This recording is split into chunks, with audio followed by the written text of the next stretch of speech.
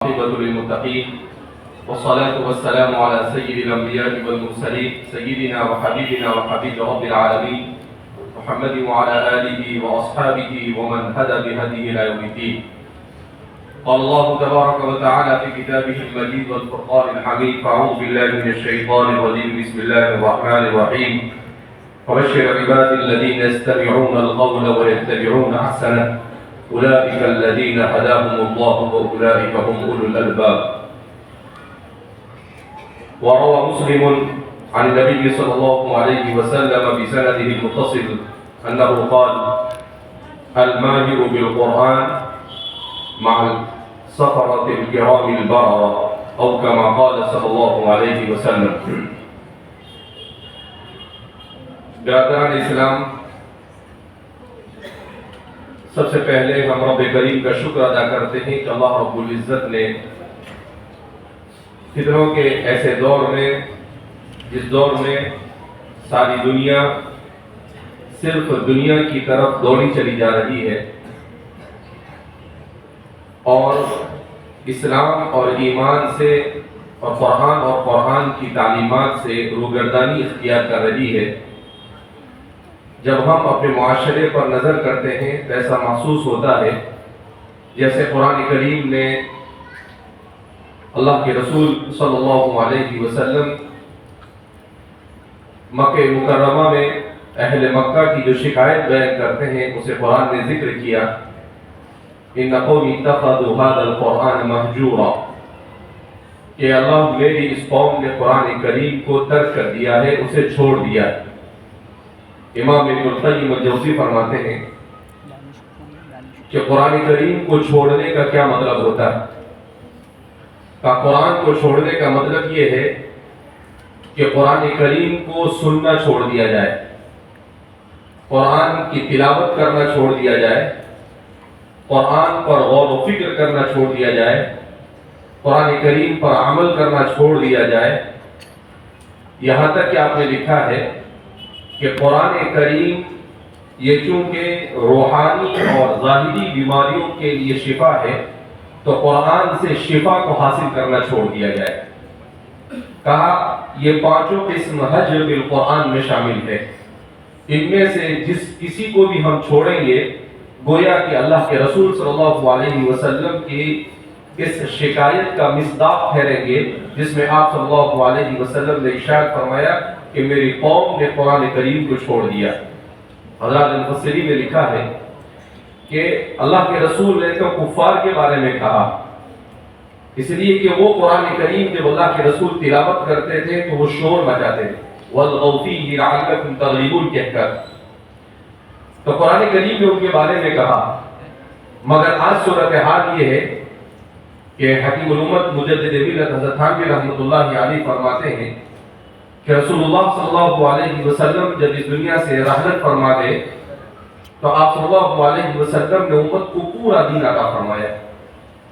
مگر اللہ کے رسول آج ہمارے درمیان آ جائے اور ہماری زندگی کو دیکھ لے تو اللہ کے رسول صلی اللہ علیہ وسلم کی ذات اقدس کو اتنی تکلیف ہوگی کہ جسے ہم بیان نہیں کر سکتے.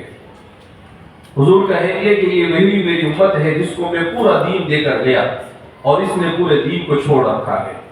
اسی لیے علامہ اقبال نے بھی اپنے کسی فارسی کے شعر میں کہا ہے کہ اے امت کے نوجوانوں اور اے امت ملت اسلامیہ کے لوگوں، تم نے قرآن کو چھوڑ دیا ہے اور تم تلاش کر رہے ہو کہ کس وجہ سے اس دنیا کے اندر میں تنزلی کا شکار ہو.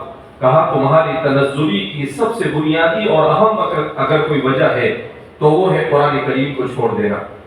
بہرحال ایسے حالات میں اگر قرآن کریم کی اس طرح کی مجلسیں ہوتی ہو تو ظاہر سی بات ہے یہ اللہ کی توفیق اور اس کا فضل خاص ہے کہ اللہ رب العزت نے ہمیں یہ توفیق مرحمت فرمائی جس میں قرآن کریم کی آیت کریمہ میں اللہ فرماتے ہیں: بشر عبادی الذین یستمعون القول، کہ آپ بشارت دے دیجئے میرے ان بندوں کو جو یستمعون القول ویتبعون احسنہ. فرماتے ہیں یستمعون القول، جو بہت توجہ اور غور کے ساتھ بات کو سنتے ہیں.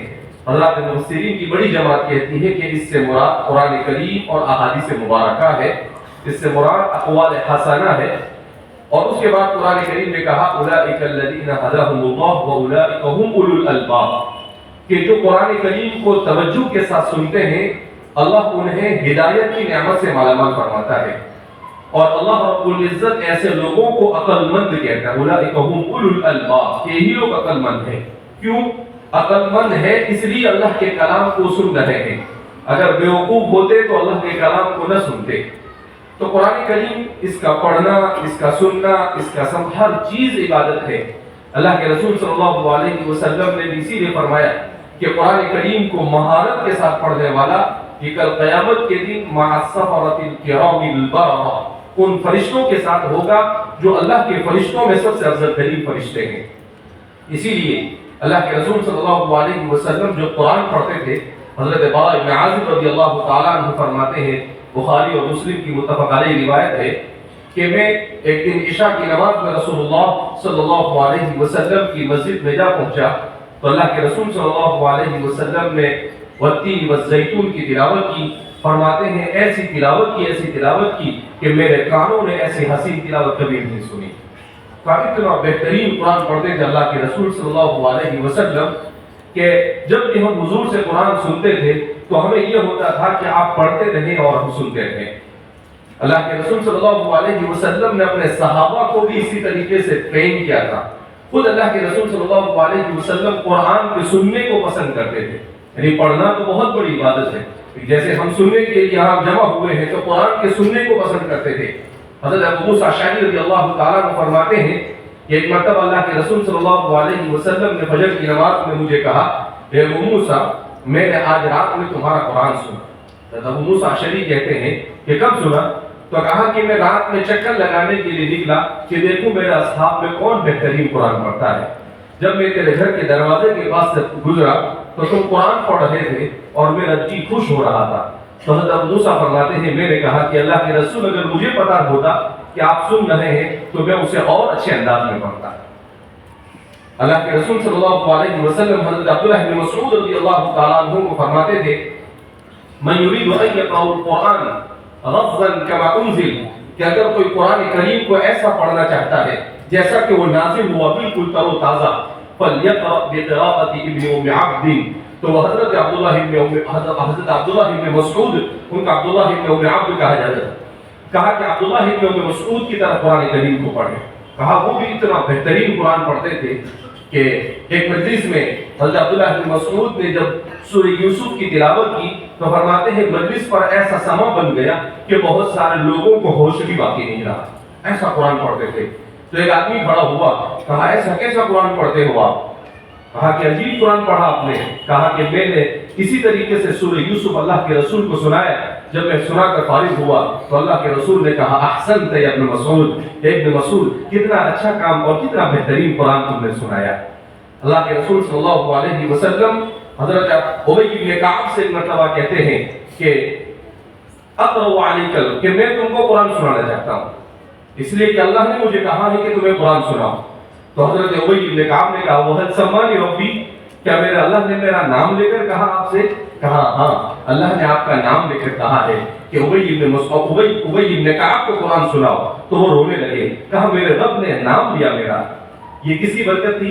قرآن کریم کی وجہ۔ فَإِنَّهُمْ بِهَذَا الْكِتَابِ أَقْوَامًا، تو رونے اللہ کے رسول صلی اللہ علیہ وسلم صحابہ کو قرآن سناتے تھے، سنتے بھی تھے صحابہ سے اور قرآن کریم سناتے بھی تھے تاکہ امت کو پتا چلے کہ اس کا پڑھنا، اس کا سننا، اس کا سنانا، یہ ساری کی ساری چیزیں کیا ہے؟ عبادت میں شامل ہے۔ اسی طریقے سے حضرت عمر بن عبدالعزیز کے بارے میں آتا ہے کہ آپ خلیفہ تھے مگر اتنا بہترین قرآن پڑھتے تھے، کہا آپ صبح میں فجر کی نماز کے بعد اپنے گھر سے باہر بیٹھ کر قرآن پڑھتے تھے تو آپ کے محلے کے سارے لوگ جمع ہو کر آپ کا قرآن سنتے تھے۔ حضرت امام شافعی کے بارے میں بھی آتا ہے کہ آپ بہترین قرآن پڑھتے تھے۔ امام ذہبی نے اپنی کتاب سیر و اعلام النبلاء میں اسے ذکر کیا ہے کہ امام شافعی رحمۃ اللہ علیہ مسجد کے سیڑھی پر بیٹھ جاتے تھے اور قرآن کریم کو پڑھتے تھے، لوگ جمع ہو جاتے تھے اور آپ کے قرآن کو سن کر رویا کرتے تھے۔ حضرت عبداللہ بن مسعود رضی اللہ، حضرت عمر رضی اللہ تعالیٰ عنہ کے بارے میں آتا ہے کہ جب بھی آپ دیکھتے حضرت ابی بن کعب کو کہ وہ مجلس میں تشریف لائے تو آپ کہتے ذکرنا باللہ، اللہ کی یاد ذرا تازہ کر دو۔ تو حضرت ابی بن کعب قرآن پڑھنا شروع کرتے تھے، فرماتے تھے کہ ایک مجلس میں پوری سورہ بقرہ سنا دیتے تھے، اس کے بعد بھی لوگ یہ کہتے تھے کہ ہمارا جی نہیں بھر رہا تھا کہ ہم ابی بن مسعود. تو ایسا قرآن کریم، ایسا ماحول تھا اس امت کے، اس قرون اولیٰ کے لوگوں میں، کہ جو قرآن کریم کو پڑھنا، سننا، سنانا، اس کے لیے مجلسوں کو قائم کرنا، اس کا سمجھنا، یہ ساری چیزیں ان کے معاشرے کے اندر میں عام تھی. لہذا اگر ہمارے یہاں پر بھی یہ محنت کی جاتی ہے تو اللہ رب العزت کی طرف سے خاص توفیق ہے کہ اللہ کے رسول صلی اللہ علیہ وسلم کی وہ سنت، جس سنت کو امت چھوڑتی چلی جا رہی ہے. آج ہمارے نوجوان اور ہمارے بچے قرآن کریم کو سننے کے بجائے ایئر فون لگا کر اپنے کان میں گانے سنتے ہیں، جبکہ اللہ کے رسول فرماتے ہیں کہ گانا یہ دلوں میں نفاق کو پیدا کرتا ہے، اور گانا کثرت سے سننے والا منافق ہو کر مرتا ہے دنیا سے. تو ہم اپنے نوجوانوں کو اس طرف لانے کی کوشش کریں کہ وہ قرآن کو سنیں، قرآن کو پڑھیں، قرآن سے محبت کریں. آخر میں چونکہ مجھے خاص طور پر قضیہ فلسطین سے مناسبت ہے اور ہم میں سے ہر ایک کو ہونی چاہیے، ان کا ایک چھوٹا سا قصہ جو تازہ قصہ ہے میں سنا کر اپنی بات کو ختم کرتا ہوں. ہم عام طور پر سن رہے ہیں کہ پچھلے تقریباً 120 دن سے فلسطین کے غزہ کے علاقے کے اندر میں بمباری کی جا رہی ہے، جس میں ایک اندازے کے مطابق 30,000 لوگ اور ایک اندازے کے مطابق اب تک کے 50,000 لوگ شہید ہو چکے ہیں، جن میں زیادہ تر بچے، عورتیں ہیں. ہم تو ایسے غافل ہو کر بیٹھے ہیں جیسے دنیا میں کچھ ہو ہی نہیں رہا. یہ مسلمان کا انتہائی غیر ذمہ دارانہ سلوک ہے کہ اگر کسی مسلمان کو کہیں تکلیف ہو رہی ہے تو ہمارے اوپر اس کا کوئی اثر نہ ہو. کم سے کم دل کے اندر میں تکلیف کو محسوس کرنا، ان کے لیے دعا کرنا، یہ ان کا ہم پر حق ہے. تو اب ایسے حالات میں اگر کوئی جا کر ان کے بچوں سے، ان کے عورتوں سے، ان کے بوڑھوں سے پوچھتا ہے کہ آپ کیسے ہو، ان کے 23 لاکھ لوگوں کے پاس گھر نہیں ہے، ان کے گھروں کو اڑا دیا گیا. کتنے لاکھ؟ 23 لاکھ لوگ، 2 ملین کے اوپر 23,000 سے زیادہ بلڈنگیں انہوں نے اڑا دی. گھر پر چھت نہیں، پینے کے لیے پانی نہیں، بھوک سے مر رہے ہو، کھانے کے لیے کچھ نہیں ہے. ایسے حالات میں بھی وہ اپنے خیموں میں قرآن کے حلقے لگا رہے ہیں، اور ان سے جب جا کر کوئی پوچھتا ہے آپ کیسے ہو تو کہتے ہیں الحمدللہ. اب سوال پیدا ہوتا ہے، ایک غزہ کے نوجوان نے ہی اس کے اوپر ایک ڈاکیومنٹری بنائی اور کہا کہ ان کا ایمان اتنا مضبوط کیوں؟ آج تو دنیا میں ایمان کے ساتھ ایسا خصوصہ ہو چکا ہے ہم لوگوں کا کہ تھوڑے سے حالات آئے تو فوراً اللہ کے بارے میں بھی غلط گمان کرنا کیا کر دیتے ہیں، شروع کر دیتے ہیں. اور ہم ہندوستان میں جان رہے ہیں کہ کتنے لوگ کیسی کیسی حرکتیں کر رہے ہیں. تو فرمایا کہ ایسا کیوں؟ کہا 1992 میں وہاں کے علماء کی جماعت نے یہ طے کیا کہ ہمارا دشمن بہت مضبوط ہے، اس کا مقابلہ ہم کیسے کریں؟ کہا سب سے پہلے ہم ایمانی اعتبار سے اپنے آپ کو مضبوط کریں. اس کے لیے انہوں نے ایک پروگرام بنایا کہ ہر گھر میں اگلے 10 سال میں ایک حافظ کم سے کم ہونا چاہیے. تو 2002 تک ہر گھر میں ایک حافظ ہوا. اس کے بعد حفظ کرنے کا شوق انہیں جاگا، ایمان تازہ ہوا، ایمانی اور روحانی اعتبار سے مضبوط ہوئے. کہ اس وقت غزہ کی صورتحال یہ ہے کہ 23 لاکھ لوگوں میں سے تقریباً 19 سے 20 لاکھ لوگ قرآن کے حافظ ہیں، سب قرآن کے حافظ. اسی لیے ان کے بوڑھے، مرد، عورت جہاں کچھ ہوا قرآن کی آیتیں پڑھنا شروع کر دیتے ہیں. کہا قرآن کریم کے تقریباً 13,500 حلقے لگتے ہیں ان کے یہاں. ہسپتالوں میں قرآن یاد کیا جاتا ہے، راستوں میں قرآن یاد کیا جاتا ہے، جیلوں میں قرآن یاد کیا جاتا ہے، پولیس اسٹیشنوں میں قرآن یاد کیا جاتا ہے. ایسا قرآن یاد کیا جاتا ہے کہ ایک ایک مجلس میں 2,500 لوگ بیٹھ کر صبح سے لے کر شام تک اور شام سے لے کر صبح تک پورا قرآن سناتے ہیں اور ایک اٹک بھی نہیں آتی. غلطی تو دور کی بات، غلطی تو بہت دور کی بات. تو اس لیے کہتے ہیں کہ غزہ کو مدینۃ القرآن کہا جانا چاہیے، یہ قرآن کا شہر ہے. تو ایسے کمزور حالات میں جہاں سے ہم بھی گزر رہے ہیں، ہم سے زیادہ حالات سے وہ لوگ گزر رہے ہیں، مگر انہوں نے قرآن کو مضبوطی سے پکڑا. تو ہم اپنی مجلسوں میں جب جمع ہو تو ہم بھی یاد کریں کہ ہم میں سے ہر ایک قرآن کریم کو پڑھے گا، قرآن کو حفظ کرے گا، اپنے بچوں اپنی عورتوں میں قرآن کو عام کرے گا، قرآن کو سمجھنے کی کوشش کرے گا، ایک مرتبہ قرآن کریم زندگی میں آ گیا تو آخرت اور دنیا کے تمام مسائل حل ہو جائیں گے۔ اللہ صبر عطا فرمائے گا، اللہ سے حسن ظن قائم ہوگا۔ قرآن کو پڑھنے کے ساتھ اس کو سمجھنے کی بھی فکر ہونی چاہیے، اور اتنا آسان ہے اگر انسان کرنا چاہے۔ اگر ہر گھر میں 3 4 5 آیتیں روزانہ قرآن کریم کو سمجھایا جائے معرف القرآن یا کسی معتبر کتاب سے یا کسی عالم کے ذریعے سے، تو آپ مشکل سے 2 سال 3 سال میں پورے قرآن کریم کو سمجھ سکتے ہیں۔ مگر چوری نہ چاہے تو بہانے ہزار، ہم کو کرنا نہیں ہے۔ ہم گھنٹوں اپنے موبائلوں پہ اور اپنی کیسی چیزوں پر خرچ کرتے ہیں۔ اگر ہم آدھا گھنٹہ 15 منٹ اللہ کی کتاب کے لیے وقف کریں اور اپنے گھروں میں اس کی ایسی مجلسوں کو زندہ کریں تو اللہ کی ذات سے امید ہے کہ اللہ رب العزت ہم سب کے ایمان کو تازہ کر دیں گے، اور ایمان کے ساتھ اس دنیا سے گئے تو کامیاب ہوئے، اور ایمان کے بغیر گئے تو کوئی کامیابی نہیں ہے۔ اس لیے میرے بھائی دوستوں بزرگوں، ہم سب اس فکر کے ساتھ یہاں سے جائیں کہ جیسے ہم نے قرآن کو پڑھتے ہوئے سنا۔ ہمارے مہمان ہے قاری شفیع صاحب، یہ تقریباً 45 سال سے کویت میں امامت کراتے ہیں مسجد میں، ہمارے ہندوستان کے ہیں، میمن برادری سے تعلق رکھتے ہیں۔ ان کو پتہ چلا میں یہاں آیا ہوں، آپ بھی صورت تشریف لائے کہ وہ یہاں پر ملنے کے لیے آئے، تو ہمارے ان سے بہت پرانے تعلقات۔ تو ابھی بتا رہے تھے کہ ہندوستان کے بچے اتنا اچھا قرآن پڑھتے ہیں، اگر عرب لوگوں کو یہ سنایا جائے تو چلو بھر پانی میں ڈوب کر مر جانا چاہیے ان کو، کیونکہ 45 سال ہو گئے آپ کو وہاں پر۔ تو اس لیے الحمدللہ ہم پڑھ رہے ہیں، اس پر مزید محنت ہونی چاہیے، اس پر پوری صلاحیت بھی اگر ہم خرچ کر دیں تو کیا ہے، کم ہے۔ بہرحال اللہ رب العزت ہم سب کو قرآن سے واجہانہ عشق نصیب فرمائے۔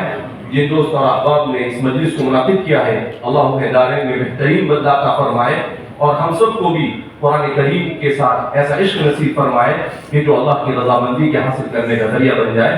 اللہ کہنے سننے سے زیادہ عمل کی توفیق رحمت فرمائے۔ والسلام علیکم ورحمۃ اللہ وبرکاتہ۔